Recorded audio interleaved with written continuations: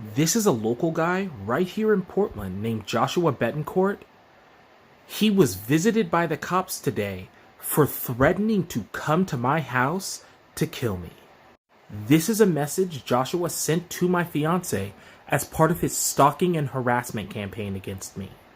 He was angry that days of stalking me, harassing me, and insulting me wasn't getting any sort of reaction from me, so he escalated.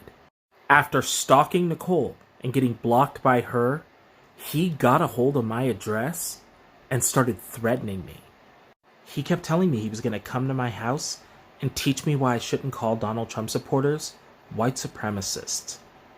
I told him point blank, if he came to my house and attacked me because he didn't like what I said on social media about him, that would be a hate crime. And he said I deserved it. When I called 911, I told them point blank the reason I was calling was because I knew those calls would be recorded, and that if anything happened to me, Joshua Betancourt was the one who did it.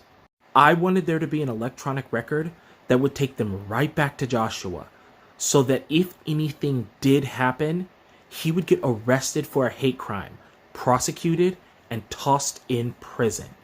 And then I told them that's exactly what I did, and that if he came anywhere near me, they would know. After the call, an officer contacted me, and I sent him screenshots of all of the threats Joshua had been sending me.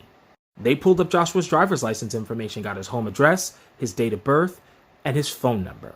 And then the officer I spoke with went and spoke with him. They told him the threats need to stop, and if he were to do anything to me, obviously they'd know exactly who it was. Since then, I haven't heard anything from him. This is what Donald Trump supporters are. When I call them white supremacists, this is what I'm talking about. This is what they do to black people. They cannot stand that black people like me are allowed to say whatever we want. So they stalk us, they harass us, they threaten us.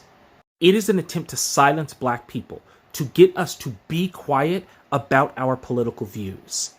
And they cannot stand that it does not work on me.